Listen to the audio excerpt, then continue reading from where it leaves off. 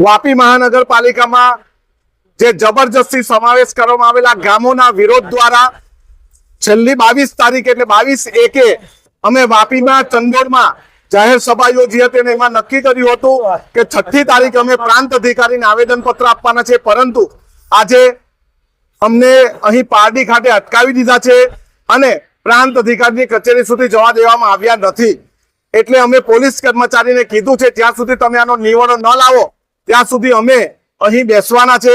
પ્રાંત અધિકારીની કચેરીનો કોઈ પણ આવીને અધિકારી અમારી પાસે આવેદનપત્ર લઈ જશે તો અમે આવેદનપત્ર આપીને છૂટા પડશું અને આવનારા દિવસમાં આ આંદોલનને વધુ ઉગ્ર બનાવીને વાપી નગરપાલિકાનો ઘેરાવો પણ અમે અમારા આગેવાન અને જે તે ગામના આગેવાનો દ્વારા અમે કરીશું। શું વાંધો શું છે?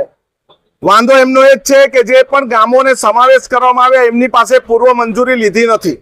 એમને પેસા એક્ટ 1996-2017 મુજબ એમની પાસે ગ્રામ સભાની પૂર્વ મંજૂરી લીધી નથી અને કરવેરા વધવાના તેમજ વાપીના નોટિફાઈડ એરિયાને સાથે લીધો નથી, વાપીની નજીકના ગામોને સાથે લીધા નથી, પરંતુ વાપીથી 12 કિલોમીટર દૂરના ગામોને જબરજસ્તી સમાવેશ કર્યો છે।